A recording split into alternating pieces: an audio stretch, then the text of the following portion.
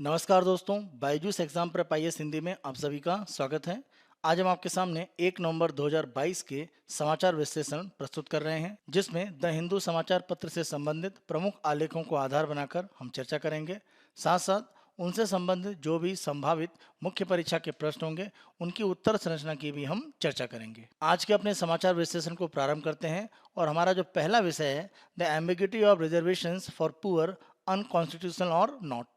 प्रमुख रूप से अगर हम देखें तो यहाँ पर हम जब रिजर्वेशन में ईडब्ल्यूएस एक तरह से श्रेणी की बात करते हैं, यानी इकोनॉमिकली वीकर सेक्शन, जो भी प्रमुख रूप से आर्थिक रूप से कमजोर वर्ग हैं, उनको आरक्षण की जो स्थितियाँ 2019 में प्रमुख रूप से दी गई हैं, उसके संदर्भ में इस आलेख में ये चर्चा की गई है कि ये संवैधानिक रूप में सही है या नहीं है। ध्यान रखें, इसके संदर्भ में हम दो आलेखों की चर्चा कर रहे हैं और दोनों में ही हम आर्थिक रूप में एक तरह से जो कमजोर वर्ग हैं, उनके आरक्षण की जो स्थितियां हैं, उन पर प्रमुख रूप से चर्चा करेंगे। आर्थिक मानदंडों के आधार पर जो आरक्षण की स्थितियां हैं, उसके संदर्भ में कई अलग अलग जो याचिकाएं हैं, उनकी सुनवाई अगर हम देखें तो पूर्व मुख्य न्यायाधीश यूयू ललित की जो खंडपीठ है, उसके द्वारा की जा रही थी और यह एक संवैधानिक पीठ थी, जिसके माध्यम से प्रमुख रूप से आर्थिक मानदंडों के आधार पर आरक्षण की जो प्रक्रियाएं हैं, जिसे भारत में 103वें संविधान संशोधन के माध्यम से 2019 में लाया गया था, उस पर एक तरह से विचार किया जा रहा है। यहाँ पर अगर हम देखें तो 103वां जो हमारा संविधान संशोधन अधिनियम है, उसमें कुछ विशेष रूप से उपाय किए गए थे। यहाँ पर अगर हम देखें तो उपाय यह था कि अनुच्छेद 15 में संशोधन करके जो आर्थिक रूप से कमजोर वर्ग हैं, उनके लिए एक विशेष उपाय किया गया और यह अगर हम देखें तो केवल आरक्षण तक सीमित नहीं था। यहाँ पर प्रमुख रूप से ये कहा गया कि अनुच्छेद 15 के माध्यम से जो हमारे आर्थिक रूप से कमजोर वर्ग हैं, उनको सक्षम बनाने का काम किया जाएगा। आरक्षण अगर हम बात करें रोजगार में, तो वह एक तरह की स्थिति हो सकती है, लेकिन कई प्रकार से अलग अलग तरीके उपयोग करके उनको सक्षम बनाने का काम किया जाएगा। तो यहाँ पर यह ध्यान रखें कि केवल आरक्षण के लिए इस तरह का संशोधन नहीं लाया गया था और सामान्य तौर पर 10% का जो आरक्षण है, वो शैक्षिक संस्थानों में प्रवेश पर एक तरह से आप देखें तो प्रमुख रूप से दिया गया। इसी संविधान संशोधन के माध्यम से अनुच्छेद 16 में एक संशोधन करके सार्वजनिक रोजगार की जो स्थितियां हैं, वहां पर आर्थिक रूप से जो कमजोर वर्ग हैं, यानी अगर हम ईडब्ल्यूएस कैटेगरी की बात करें, उनके लिए 10% आरक्षण की बात की गई। और यहाँ पर आप ये ध्यान रखें कि जो भी अनुसूचित जाति और अनुसूचित जनजाति के लिए, या अगर हम ओबीसी अन्य पिछड़ा वर्ग के लिए बात करें, उनको जो आरक्षण दिया जाता है, उससे अलग यह आरक्षण की स्थिति रखी गई थी। 103वें संविधान संशोधन के माध्यम से यह भी कहा गया था कि जब हम आर्थिक रूप से कमजोर वर्ग की परिभाषा की बात करते हैं, तो प्रमुख रूप से आप देखें राज्य के द्वारा इसको परिभाषित किया जाएगा और यहाँ पर जो भी परिवार की आय है या अन्य प्रकार के जो आर्थिक संकेतक हैं, वो राज्य के द्वारा निर्धारित किए जाएंगे और उस रूप में अगर हम देखें तो प्रमुख रूप से जो मानक होंगे, उसके आधार पर आर्थिक रूप से जो कमजोर वर्ग हैं, उनकी पहचान कर जो भी उनको आरक्षण की जो स्थितियां हैं, उसका लाभ दिया जाएगा। इस संशोधन में महत्वपूर्ण रूप में यह भी कहा गया कि जब हम SC ST या OBC की बात करते हैं या अन्य प्रकार के लाभार्थी समूहों की बात करते हैं, अगर हम अनुच्छेद 15(4), 15(5), 16(4) की बात करते हैं, तो यहाँ पर 10% का ईडब्ल्यूएस कैटेगरी को जो आरक्षण दिया जा रहा है, वो इन प्रकार के लाभार्थियों को एक तरह से शामिल वहां पर नहीं कर रहा है। 103वें संविधान संशोधन के माध्यम से ईडब्ल्यूएस कैटेगरी को जो भी आरक्षण का लाभ दिया जा रहा है, उसमें कुछ विवादित बिंदु हैं,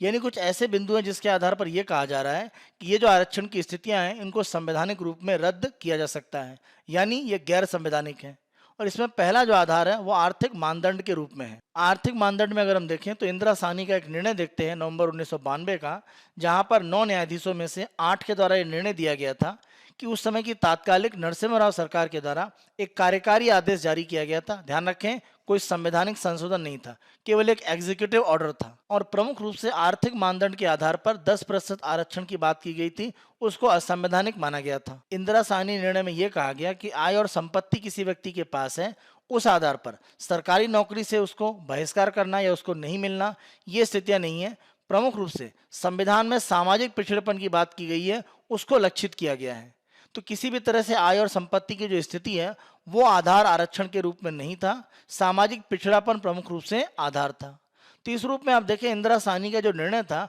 वहां पर कहीं ना कहीं जो आर्थिक मानदंड है, उसको एक तरह से अस्वीकार किया गया था। तो इस रूप में आप देखें, जो वर्तमान में ईडब्ल्यूएस आरक्षण दिया जा रहा है, वो भी कहीं ना कहीं आर्थिक आधार पर है, क्योंकि यहाँ पर अगर हम वार्षिक रूप में आय की बात करें तो 8 लाख रुपए का मानदंड देखा जाता है। तो इस रूप में अगर संवैधानिक रूप में इसकी समीक्षा की जाएगी और सुप्रीम कोर्ट में कोई निर्णय आता है, तो माना जा रहा है कि आर्थिक मानदंड के आधार पर आरक्षण की जो स्थितियां हैं वो शायद संवैधानिक रूप में सही न सिद्ध हों। एक दूसरा तरीका अगर हम देखें बुनियादी संरचना, यानी अगर हम संविधान के बेसिक स्ट्रक्चर की बात करें तो यहाँ पर जो संशोधन 103वां किया गया है, हम बेसिक स्ट्रक्चर बुनियादी संरचना के आधार पर संविधान की जो स्थितियां उनका उल्लंघन होता है इस रूप में सिद्ध करके इसको असंवैधानिक करार दे सकते हैं। लेकिन हम ध्यान रखें, आर्थिक मानदंड के आधार पर आरक्षण की जो स्थितियां हैं वो संविधान के बेसिक स्ट्रक्चर का उल्लंघन नहीं करते हैं, क्योंकि प्रमुख रूप से जो 103वां संविधान संशोधन किया गया था उसके माध्यम से अनुच्छेद 16 में आप देखें प्रमुख रूप से कुछ परिवर्तन की स्थितियां थी। अगर हम यहाँ पर देखें तो अनुच्छेद 16(6) एक तरह से शामिल किया गया था। ईडब्ल्यूएस कैटेगरी को आरक्षण देने के लिए जो संविधान में अनुच्छेद 16(6) शामिल किया गया, तो वहां पर आप ध्यान रखें कि अनुच्छेद 16(4) की जो श्रेणी है जिसमें SC ST और OBC के लिए आरक्षण की स्थितियां हैं, वहां पर आरक्षण का आधार क्या था? पर्याप्त प्रतिनिधित्व नहीं होना। लेकिन अगर हम देखें तो ये स्थिति जो 16(6) अनुच्छेद जोड़ा गया है 103वें संविधान संशोधन के माध्यम से उसमें नहीं है, तो इस रूप में पर्याप्त प्रतिनिधित्व का जो आधार है वो शामिल नहीं है। इस रूप में हम देखते हैं तो अनुच्छेद 16(6) के माध्यम से ईडब्ल्यूएस को आरक्षण जो दिया जाता है वो आसान है तुलनात्मक रूप में अगर हम अनुच्छेद 16(4) की बात करें, क्योंकि अनुच्छेद 16(4) में हमें पर्याप्त प्रतिनिधित्व SC ST OBC को नहीं मिल रहा है, ये स्थितियां देखनी पड़ेंगी, उसके आधार पर आरक्षण की स्थितियां बनती हैं। ईडब्ल्यूएस कैटेगरी को जो भी एक तरह से आरक्षण देने की स्थिति है उसमें प्रमुख रूप से जो मानदंड है यानी जो बेंचमार्क है जिस आधार पर यह आरक्षण दिया जाता है उसको अगर एक तरह से चैलेंज किया जाएगा तो माना जा रहा है कि शायद यह संवैधानिक रूप में सफल ना हो पाए। क्योंकि अगर हम वर्तमान में ईडब्ल्यूएस कैटेगरी की बात करें तो परिवार की जो आय है उसे 8 लाख रुपए प्रति वर्ष से कम माना गया है, और ये स्थिति अगर हम देखें तो इस आधार पर माना जाता है कि जनसंख्या का एक बड़ा समूह है वो शामिल हो जाता है। क्योंकि अगर हम 8 लाख रुपए प्रति वर्ष का एक आधार देखें तो ये एक तरह से कमजोर वर्ग की जो परिभाषा है आर्थिक रूप में उसको काफी बड़ा कर देता है। प्रमुख रूप से अगर हम देखें तो राजनीतिक रूप से लाभ कमाने की जो स्थितियां हैं उस रूप में कहीं ना कहीं 8 लाख रुपए प्रति वर्ष का आधार बनाया गया है, और ये काफी बड़ी एक तरह से स्थिति है आर्थिक रूप में। और इस आधार पर आप देखें तो बहुत बड़ी संख्या में जो परिवार हैं वो आर्थिक रूप से कमजोर वर्ग की श्रेणी में आ जाते हैं। और जब भी किसी भी तरह का अगर हम यहाँ पर बात करते हैं आरक्षण की जो स्थितियां हैं उसमें परिभाषा जितने व्यापक रूप में लोगों को एक तरह से शामिल करेगी उसमें संवैधानिक जोखिम की उतनी स्थिति बढ़ती है, क्योंकि प्रमुख रूप से आरक्षण की जो स्थितियां हैं वो सीमित स्तर पर लाभ देने की बात करती हैं। लेकिन 8 लाख रुपए प्रति वर्ष का आधार अगर परिवार की आय को बनाया जाता है तो इस रूप में काफी बड़ी जनसंख्या का भाग ईडब्ल्यूएस कैटेगरी में आ जाता है। तो इस रूप में अगर हम देखें तो ऐसा माना जा रहा है कि संवैधानिक रूप में ये जो आर्थिक आधार यहाँ पर एक मानदंड बनाया गया है इसकी जांच करने पर शायद ईडब्ल्यूएस श्रेणी की जो स्थिति है वो संवैधानिक रूप में सफल ना हो पाए।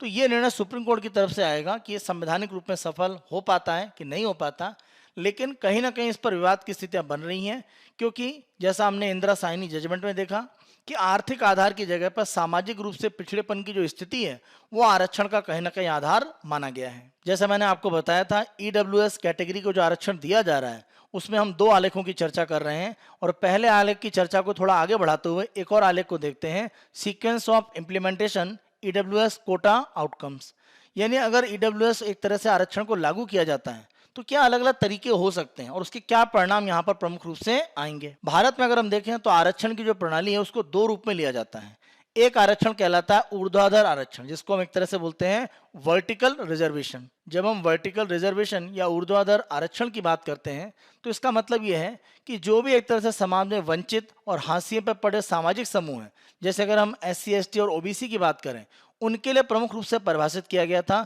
और उनको आरक्षण की स्थितियां या उसका लाभ देने के लिए ऊर्ध्वाधर आरक्षण की स्थितियां बनती हैं, जिसको हम एक तरह से वर्टिकल रिजर्वेशन कहते हैं। दूसरा आरक्षण का जो आधार है जिसको हम हॉरिजॉन्टल रिजर्वेशन की बात करते हैं, तो ये क्षैतिज रूप में आरक्षण की बात करता है। इसका मतलब ये है कि यहाँ पर अलग अलग श्रेणियां, वो चाहे कोई व्यक्ति SC में हो, ST में हो, OBC में हो या जनरल में हो, सभी श्रेणी से लोगों को वो आरक्षण का लाभ दिया जाता है। जैसे अगर हम महिलाओं की बात करें तो महिलाओं में अभी अलग अलग जाति समूह के आधार पर आरक्षण नहीं है, केवल महिलाओं को आरक्षण दिया जा सकता है। इसी के साथ साथ अगर हम दिव्यांग लोगों की बात करते हैं, यानी अगर हम एक तरह से बात करते हैं पीपल विद डिसेबिलिटीज, और साथ साथ अगर हम अधिवास यानी डोमिसाइल के आधार पर देखें तो ये सब ऐसे आधार होते हैं जहां पर किसी जाति समूह नहीं, सभी जाति समूह यहाँ पर एक तरह से शामिल होते हैं। तो ये आरक्षण का प्रकार क्षैतिज आरक्षण कहलाता है। भारत में अगर हम ऊर्ध्वाधर आरक्षण की बात करते हैं तो अलग अलग जाति समूह जो इसमें शामिल हैं वो एक तरह से सामाजिक रूप में आप कह सकते हैं वंचित हैं, या सामाजिक रूप में उनकी स्थिति बहुत अच्छी नहीं थी। और जो भी व्यक्ति एक तरह से ऊर्ध्वाधर आरक्षण का लाभ लेता है वो कई श्रेणियों में नहीं जा सकता है। यानी अगर कोई व्यक्ति एससी के रूप में लाभ ले रहा है तो वो एसटी के रूप में वो लाभ नहीं ले सकता है। यहाँ पर आप ये ध्यान रखें, ऊर्ध्वाधर आरक्षण की जो स्थितियां हैं वो किसी व्यक्ति को एक ही जाति या एक ही आदिवासी समूह में एक तरह से संबंधित होने को निर्धारित करती हैं। इस आधार पर ऊर्ध्वाधर आरक्षण की जो स्थितियां हैं उसमें कहीं ना कहीं निष्पक्षता को एक तरह से शामिल किया जाता है। प्रमुख रूप से हमारी चर्चा का जो आधार है वो आर्थिक रूप में जो पिछड़े वर्ग हैं यानी इकोनॉमिकली वीकर सेक्शन, उनको आरक्षण देने के संदर्भ में है।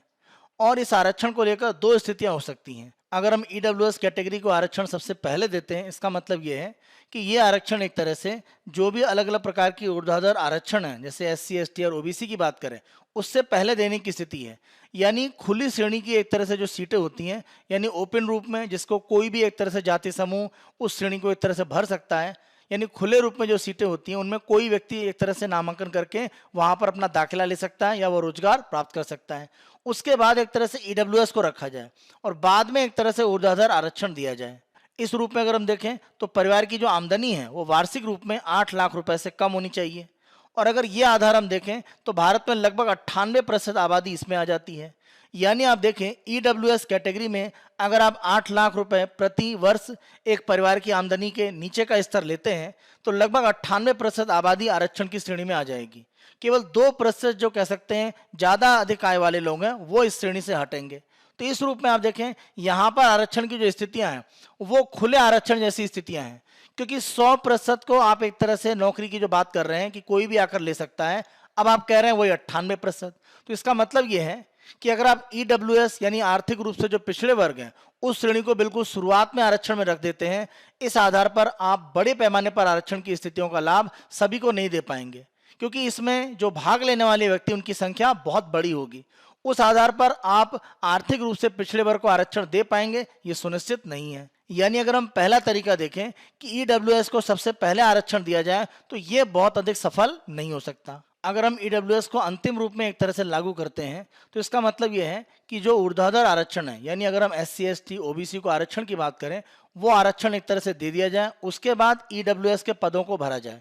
तो ऐसी स्थिति में आप देखें माना जा रहा है कि ईडब्ल्यूएस के आरक्षण के जो मुद्दे हैं वो ज़्यादा एक तरह से नहीं उठेंगे। लेकिन यहाँ पर समस्या ये है कि जब हम ईडब्ल्यूएस की एक तरह से आरक्षण की बात करते हैं तो यहाँ पर प्रमुख रूप से आय का आधार है। हमें ये ध्यान रखना पड़ेगा कि अगर सामान्य रूप में जो भी एक तरह से ऊर्ध्वाधर श्रेणी है, यानी अलग अलग जो हमारे एससी, एसटी, ओबीसी जो हमारे जाति समूह हैं, अगर वहाँ पर आरक्षण देने के बाद ईडब्ल्यूएस के पदों को भरा जाता है तो माना जा रहा है कि ईडब्ल्यूएस का विवाद एक तरह से सामने नहीं आएगा। लेकिन इसमें भी एक समस्या है। समस्या प्रमुख रूप से ये है कि ईडब्ल्यूएस की जो आय की सीमा रखी गई है, जो हमने बात करी थी कि वार्षिक रूप में किसी परिवार का 8 लाख रुपए से कम आमदनी का जो मानदंड है, उस आधार पर आप देखें प्रमुख रूप से जो व्यक्ति ईडब्ल्यूएस का लाभ उठाएंगे उनके पास कहीं ना कहीं योग्यता का उच्चतम स्तर होगा, वो लाभ प्राप्त कर सकते हैं।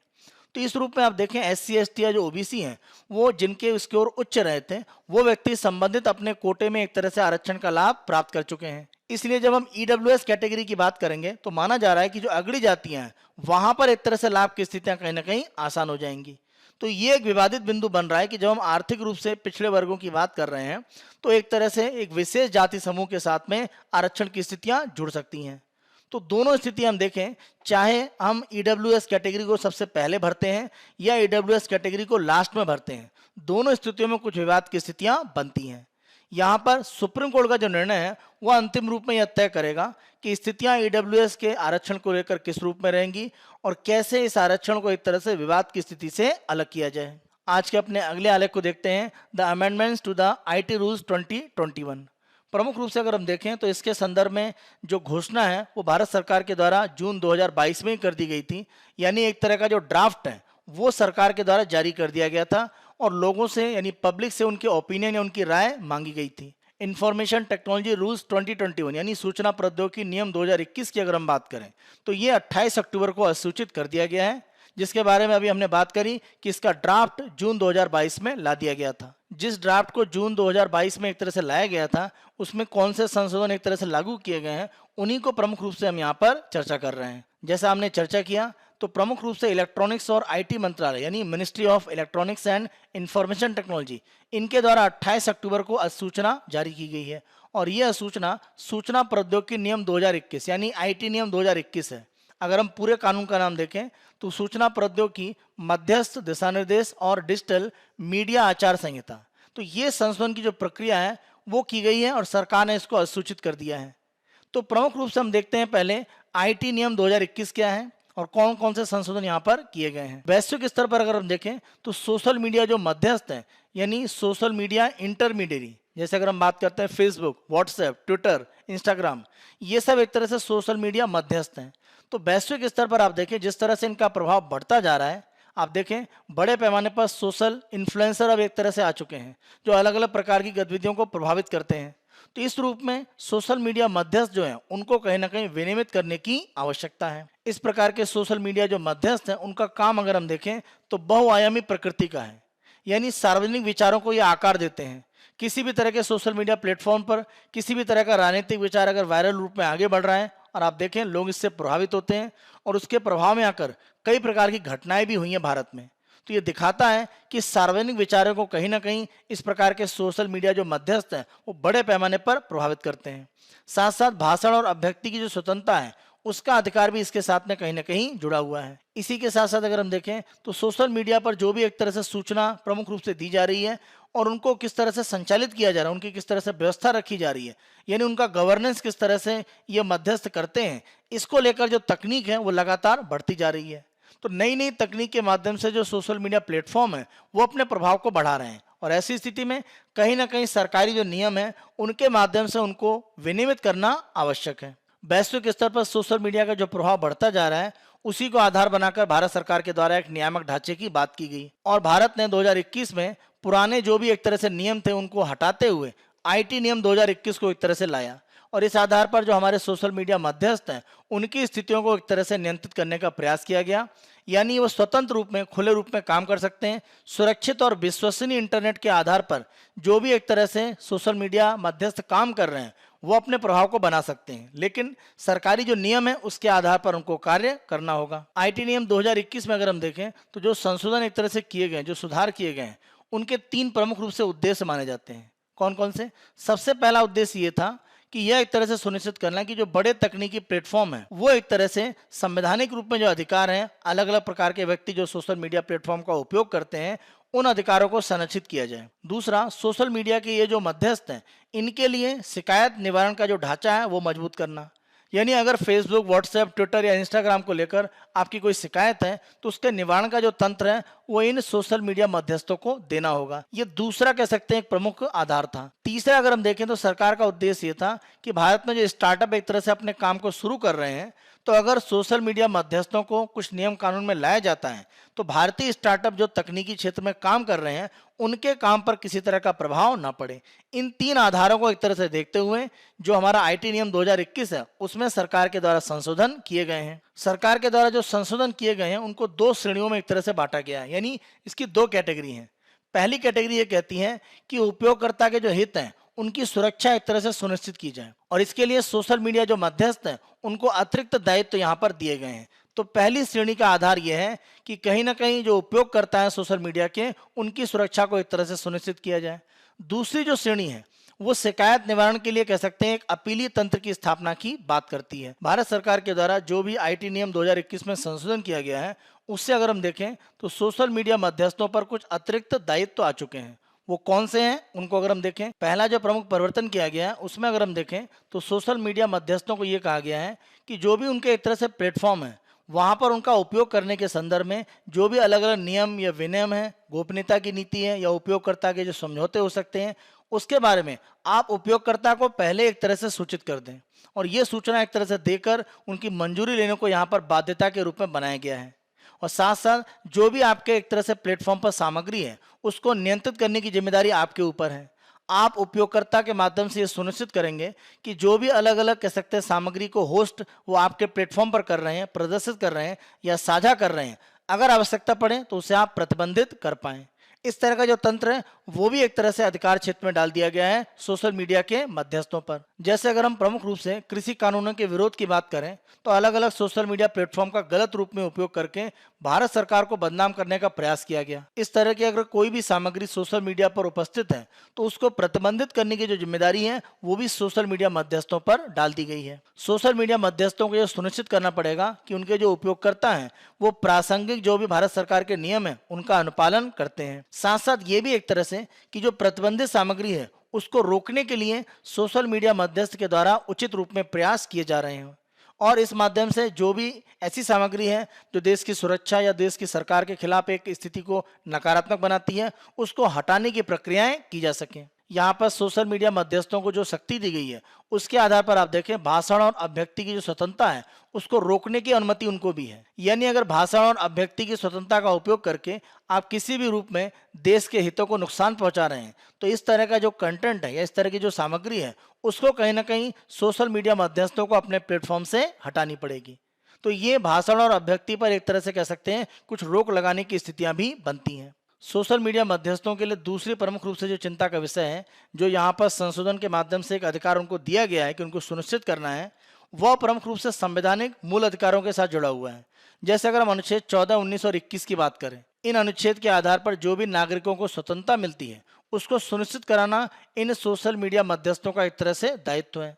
और इस तरह के दायित्व के अनुपालन के लिए हो सकता है उनको कहीं ना कहीं भारी लागत एक तरह से लगानी पड़े। यानी हर प्रकार का जो भी सोशल मीडिया मध्यस्थ है वहां पर कोई भी अगर सामग्री शेयर की जा रही है तो वो एक देखें कि किसको प्रतिबंधित किया जाए किसको प्रतिबंधित ना किया जाए। ऐसा ना हो कि जिस सामग्री को प्रतिबंधित नहीं किया जाना है और आप प्रतिबंधित करते हैं तो कहीं ना कहीं भाषण और अभिव्यक्ति की स्वतंत्रता का आप उल्लंघन करते हैं। तो ये भाग एक तरह से सोशल मीडिया मध्यस्थों को ध्यान रखना है। तो इसमें उनका जो व्यय है वो एक तरह से बढ़ेगा कि कौन सी सामग्री उनके प्लेटफॉर्म पर एक तरह से सही रूप में है और कौन सी सामग्री उनके प्लेटफॉर्म पर गलत रूप में है। तो सही गलत का ये जो निर्णय है वो करने की जिम्मेदारी कहीं ना कहीं सोशल मीडिया मध्यस्थों के पास है और अलग अलग उनके प्लेटफॉर्म पर जो सामग्री है उसकी जांच करके उसमें से प्रतिबंधित भाग को हटाना, ये करने के लिए उनको कहीं ना कहीं अतिरिक्त रूप में खर्च करना पड़ेगा और ये उनकी लागत को बढ़ाएगा। तीसरी प्रमुख रूप से स्थिति अगर हम देखें तो सोशल मीडिया मध्यस्थों को यह कहा गया है कि जो भी सामग्री की 6 अलग अलग प्रतिबंधित श्रेणी है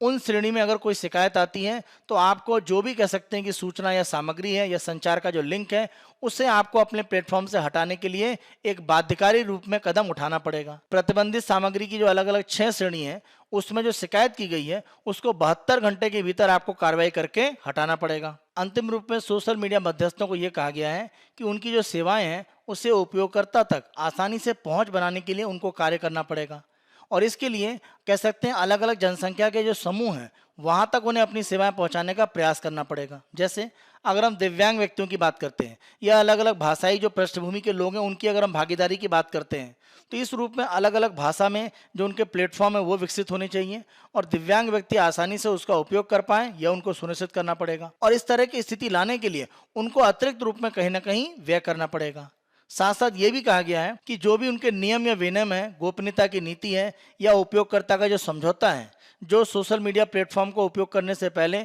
उपयोगकर्ता हस्ताक्षर करेगा उसे संविधान की 8वीं अनुसूची में जो भी सूचीबद्ध भाषाएं हैं उनमें उपलब्ध कराना पड़ेगा। तो इस रूप में ये भी एक अतिरिक्त व्यय है जो प्रमुख रूप से सोशल मीडिया मध्यस्थों को करना पड़ेगा। तो ये जो संशोधन है ये सोशल मीडिया मध्यस्थों को ज़्यादा एक तरह से उत्तरदायी बनाएंगे। इसी के साथ साथ आप लोग ध्यान रखें प्रमुख रूप से यह जो नया संशोधन किया गया है आईटी नियम 2021 में उसमें शिकायत के संदर्भ में नया तंत्र लाया गया है और यहाँ पर शिकायत अपील समितियां यानी ग्रीवेंस अपीलेट कमेटी जीएसी का प्रावधान किया गया है और इस माध्यम से कोशिश ये की गई है कि जो भी सोशल मीडिया के मध्यस्थों के खिलाफ कोई शिकायत की स्थिति है उसका जो निवारण तंत्र है वो मजबूत किया जाए और इसकी कुशलता को सुनिश्चित करने के लिए शिकायत अपील समितियां यहाँ पर बनाई गई हैं। अगर हम आईटी नियम 2021 से पहले देखें तो जो भी हमारे सोशल मीडिया प्लेटफॉर्म है वो उपयोगकर्ता की जो शिकायत होती है उनके समाधान के लिए अपने स्वयं के तंत्र का और अपनी स्वयं की एक समय सीमा का पालन करते थे। अब यहाँ पर जो नए नियम संशोधन के माध्यम से लाए गए हैं उसमें अनिवार्य किया गया है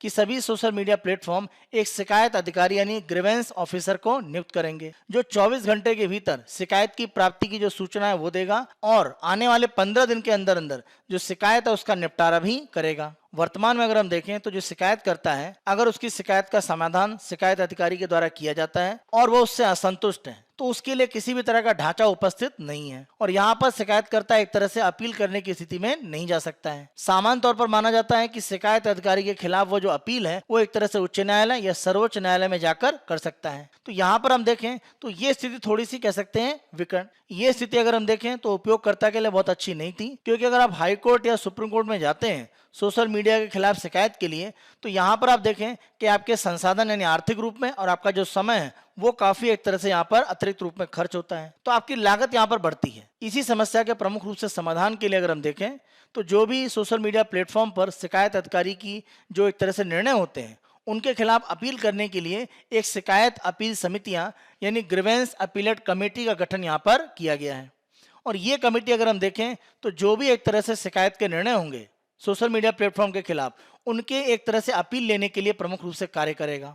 इसमें हम देखें तो 3 सदस्य होंगे और यहाँ पर आप देखें कोशिश ये की जा रही है कि जो एक सदस्य है वो एक सरकारी अधिकारी होगा और अन्य जो 2 सदस्य हैं वो स्वतंत्र प्रतिनिधि के रूप में होंगे। यहाँ पर उपयोगकर्ता को शिकायत अधिकारी के खिलाफ जो भी एक तरह से कह सकते हैं अंतिम रूप में शिकायत है वह निर्णय के 30 दिन के अंदर अंदर इस शिकायत अपीली समिति में उसकी शिकायत दर्ज करा सकता है। अगर हम शिकायत अपीली समिति यानी GAC की प्रमुख रूप से प्रक्रिया देखें तो यह ऑनलाइन रूप में है, तो ये एक तरह से उपयोगकर्ता को आसानी से इसका उपयोग करने के लिए सक्षम करेगा। यहाँ पर सबसे बड़ा कह सकते हैं विवाद का बिंदु एक ये है कि यह स्पष्ट नहीं किया गया है कि अपील करना अनिवार्य है या नहीं है, क्योंकि यहाँ पर आप देखें इस तरह की स्पष्टता नहीं दी गई है कि उपयोगकर्ता बिना शिकायत अपील समिति के पास जाए हुए वो सुप्रीम कोर्ट हाईकोर्ट जा सकता है।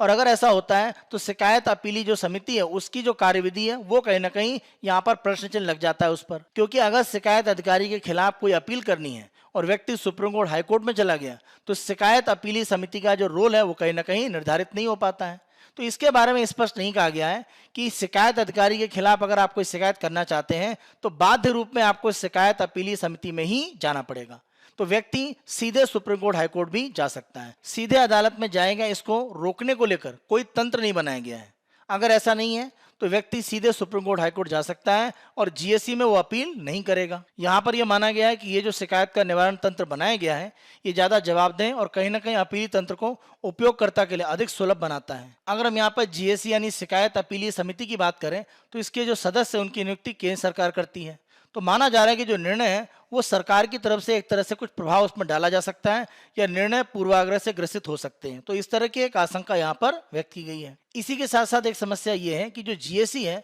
वो अपने आदेशों को लागू कैसे करेगी, क्योंकि IT नियम 2021 में इसके संदर्भ में कोई भी स्थिति नहीं दी गई है कि GAC को कोई शक्ति दी गई है कि वह अपने आदेशों को कैसे लागू करेगी। और अंत में अगर हम देखें तो उपयोगकर्ता के सामने दोनों विकल्प हैं, वो GAC में जा सकता है या वो चाहे सुप्रीम कोर्ट या हाई कोर्ट में अपनी अपील कर सकता है। तो इस आधार पर आप देखें परस्पर विरोधी निर्णय आ सकते हैं और यह दोनों संस्थाओं को एक दूसरे के सामने ला सकता है। इस रूप में अगर हम देखें तो एक संस्थान की निष्पक्षता या योग्यता उस पर सवाल कहीं ना कहीं उठ सकते हैं। आने वाले समय में GAC की जो स्थिति है कि कोई भी शिकायत अधिकारी के खिलाफ अपील केवल GAC में की जाएगी, सीधे सुप्रीम कोर्ट हाई कोर्ट में नहीं जाएगी, ऐसे अगर कोई मामले सरकार के द्वारा आगे बताए जाते हैं या ऐसा कोई बिंदु सरकार इसमें जोड़ती है तो शायद GAC के संदर्भ में जो प्रक्रिया है उनका समाधान हो सकता है। अंतिम रूप में हम कह सकते हैं IT नियम 2021 में ये जो संशोधन है ये सोशल मीडिया मध्यस्थों को ज्यादा जवाबदेह और उत्तरदायी बनाएगा और भारत में जिस तरह से युवा वर्ग के द्वारा इसका उपयोग बढ़ाया जा रहा है ये स्थितियां भारत में सोशल मीडिया प्लेटफॉर्म को और अधिक सुरक्षित बनाएंगी। आज के अगले आलेख को देखते हैं, a pathway to citizenship for Indian origin Tamils.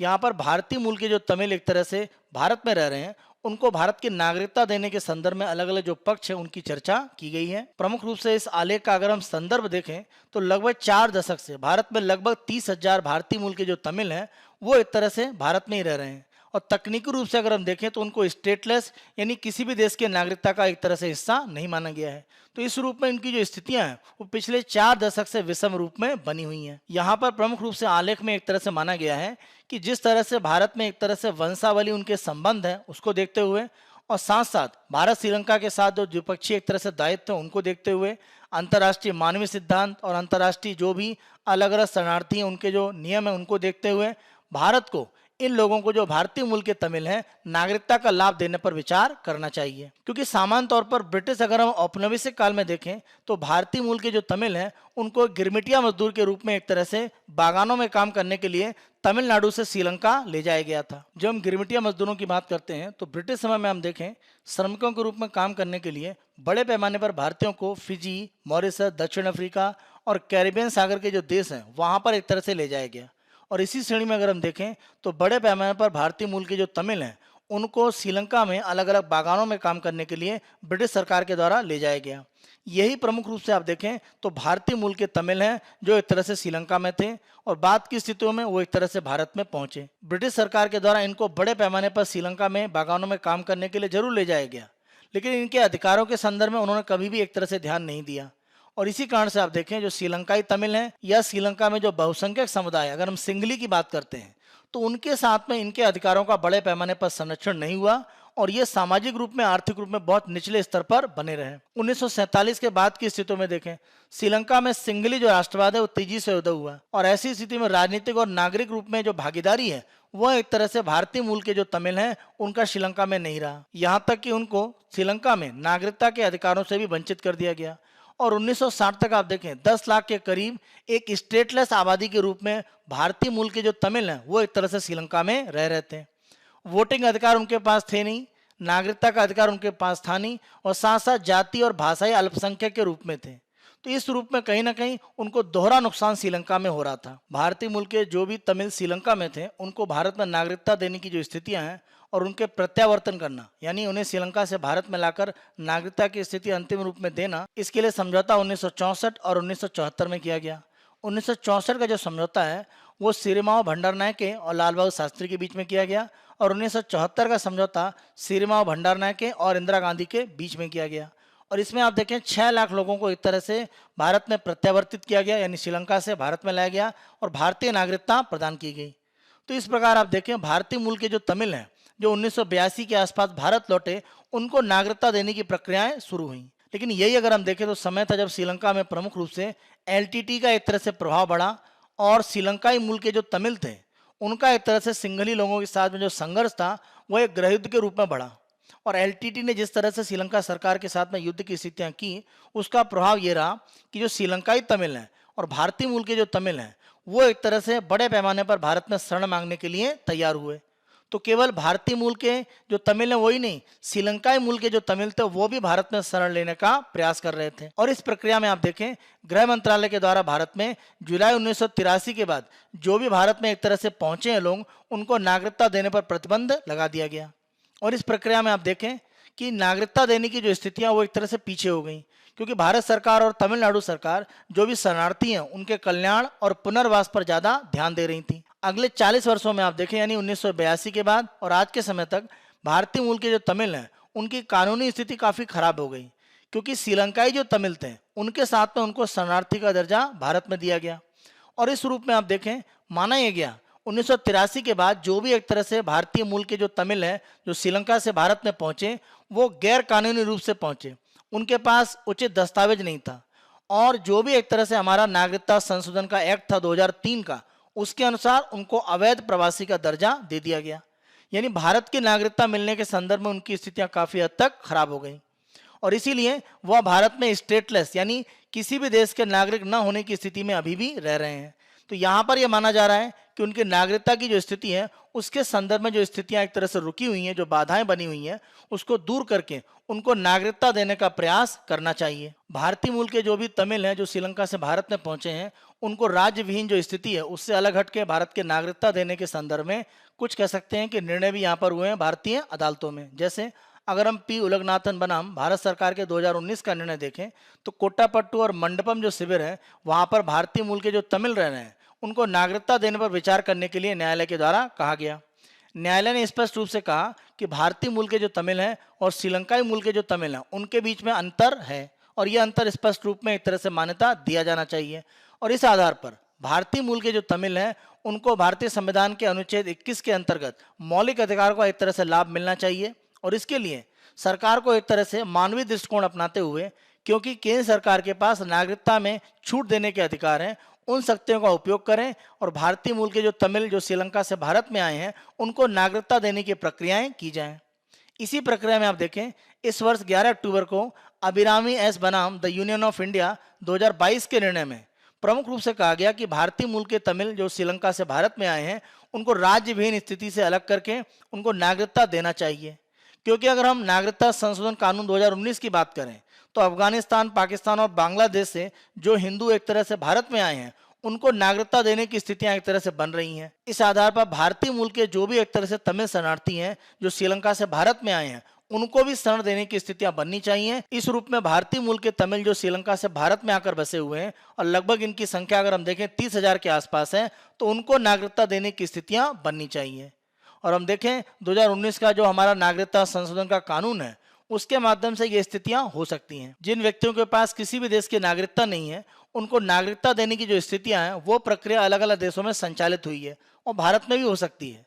और अगर हम संयुक्त राज्य अमेरिका का उदाहरण देखें तो 1994 में संयुक्त राज्य अमेरिका के द्वारा यह कहा गया, एक कानूनी प्रक्रिया के माध्यम से उन्होंने ये कहा कि आप्रवासन और राष्ट्रीयता तकनीक सुधार अधिनियम लागू किया। इस कानून में यह कहा गया कि अगर विदेशी पिता है और माँ अमेरिका के नागरिक हैं तो इस आधार पर जो भी बच्चे हैं उन सभी बच्चों को अमेरिका की नागरिकता दी जाएगी आप्रवासन और राष्ट्रीयता तकनीक सुधार अधिनियम के माध्यम से। तो इस तरह की प्रक्रिया अगर अमेरिका में हुई है तो इसी तरह की राज्य विहीनता की जो स्थिति तमिल जो भारतीय मूल के हैं जो श्रीलंका से भारत में आए हैं उनको नागरिकता देने की स्थितियां बन सकती हैं। आज के अंतिम आलेख को हम देखते हैं, decentralise MNREGA for better implementation से गवर्नमेंट स्टडी। यहाँ पर भारत सरकार की तरफ से एक अध्ययन किया गया है और उस अध्ययन में यह कहा गया है कि मनरेगा का जो काम है उसको विकेंद्रीकृत किया जाना चाहिए, यानी उसे केंद्रीकृत रूप में लागू नहीं होना चाहिए। यहाँ पर अगर हम देखें तो ग्रामीण विकास मंत्रालय की तरफ से 6वीं सामान्य समीक्षा मिशन की एक रिपोर्ट जारी की गई है और ये रिपोर्ट अगर हम देखें तो प्रमुख रूप से उस अध्ययन के आधार पर है जो फरवरी में 7 राज्यों में किया गया था, यानी आंध्र प्रदेश, अरुणाचल प्रदेश, कर्नाटक, नागालैंड, गुजरात, झारखंड और हिमाचल प्रदेश, साथ साथ जम्मू कश्मीर केंद्र शासित प्रदेश में। और यहाँ पर ग्रामीण विकास की जो योजनाएं हैं उनके क्रियान्वयन को लेकर यह जो सर्वेक्षण है वो सामान्य समीक्षा मिशन में किया गया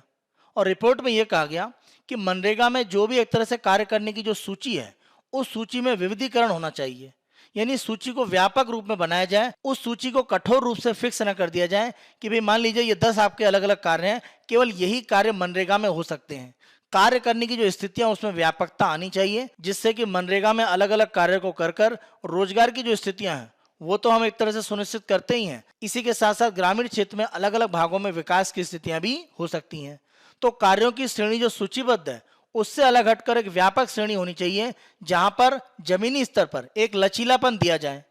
कि जो भी पंचायत है वह निर्णय ले पाए कि किस तरह के काम मनरेगा में होने चाहिए। पहले से ही कामों की एक सूची नहीं होनी चाहिए। तो इस रूप में सामान्य समीक्षा मिशन की जो रिपोर्ट है वो ये कह रही है कि मनरेगा के काम को कहीं ना कहीं विकेंद्रीकृत करने की आवश्यकता है।